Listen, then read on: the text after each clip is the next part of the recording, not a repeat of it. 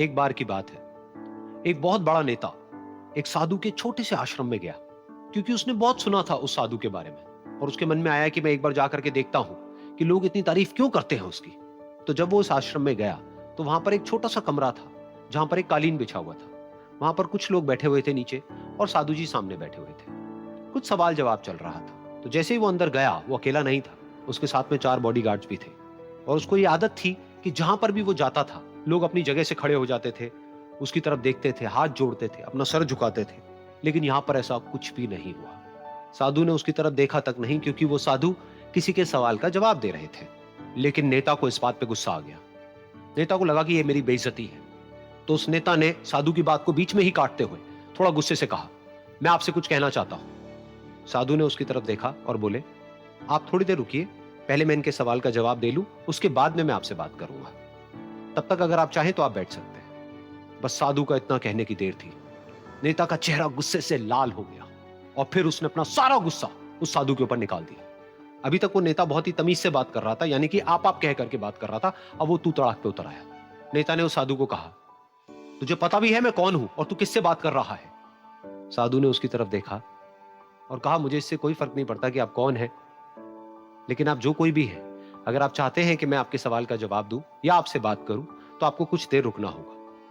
और साधु के ये कहते ही नेता गुस्से से पागल हो गया और वहीं सबके सामने चीखने चिल्लाने लग गया, अब मैं तुझे तेरी असली औकात दिखाऊंगा। तूने मुझसे पंगा लेकर के ठीक नहीं किया है। तुझे पता भी है मैं तेरे बारे में क्या सोचता हूं। साधु ने फिर से उसकी तरफ देखा और बड़े ही प्रेम से कहा कि मुझे इससे कोई फर्क नहीं पड़ता है कि आप मेरे बारे में क्या सोचते हैं। आप जो चाहे वो मेरे बारे में सोच सकते हैं। फिर उस नेता ने बोला कि तू चाहे सुनना चाहता है या नहीं, लेकिन मैं तुझे बताऊंगा यही सबके सामने कि मैं तेरे बारे में क्या सोचता हूं। तू एक बहुत ही घटिया इंसान है। तू कोई साधु नहीं है, तू एक ढोंगी है, पाखंडी है और यहां पर जितने भी लोग बैठे हैं उन सबको बेवकूफ बना रहा है। तेरा बस एक ही मकसद है कि इन लोगों की जेब में जितना भी पैसा है वो सब तेरे पास में आ जाए। तू अपने फायदे के लिए इन लोगों का इस्तेमाल कर रहा है और अब मैं तुझे नहीं छोड़ने वाला। तेरा पर्दाफाश करके रहूंगा पूरी दुनिया के सामने। लेकिन उसके इतना बोलने के बाद भी उस साधु के चेहरे पर हल्की सी मुस्कान बनी ही रही। ये देखकर वो और तिल मिला गया और उसने कहा, अब बहुत हुआ, अब मैं यहां 1 मिनट भी नहीं रुकने वाला। लेकिन अभी भी तेरे पास में मौका है। अगर मुझसे माफी मांगनी है या मुझसे कुछ कहना है तो कह सकता है। इतना सब होने के बाद भी साधु बिल्कुल शांत था और उनके चेहरे पर एक मुस्कान थी। उन्होंने अपनी आंखें बंद कर ली। फिर साधु ने अपनी आंखें खोली, हाथ जोड़े और कहा कि मुझे आपसे कोई गिला शिकवा नहीं है। मेरे मन में आपके लिए कोई भी गलत ख्याल नहीं है। जो भी आपने मेरे बारे में कहा वो आपकी अपनी सोच थी। तो मुझे आप में कोई भी बुराई नजर नहीं आती है।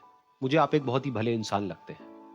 और साधु के इतना कहते ही नेताजी का दिमाग 7वें आसमान पर पहुंच गया।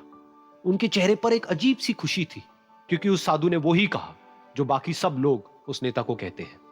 और वो खुशी खुशी उस आश्रम से अपने घर की तरफ चला गया और जा करके अपने पिताजी के साथ में बैठ गया। उसके पिताजी की आंखें बंद थी और वो ध्यान में थे। पूरी जिंदगी उन्होंने सिर्फ लोगों की सेवा करी और बदले में कुछ भी एक्सपेक्ट नहीं किया।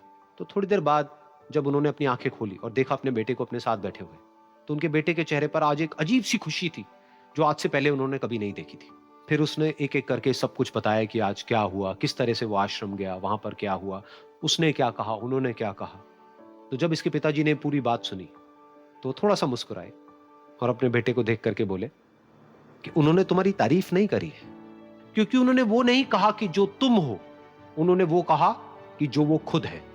और तुमने जो भी कुछ उनको कहा वो नहीं कहा कि जो वो है, बल्कि तुमने वो कहा जो तुम खुद हो।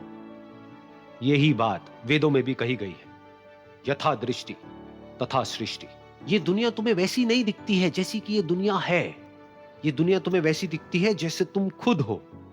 जिसकी नजर जैसी है उसके लिए ये दुनिया वैसी ही है। तो अगर तुम अपनी दुनिया को बदलना चाहते हो तो उसका सिर्फ एक तरीका है, अपनी नजर को बदलो।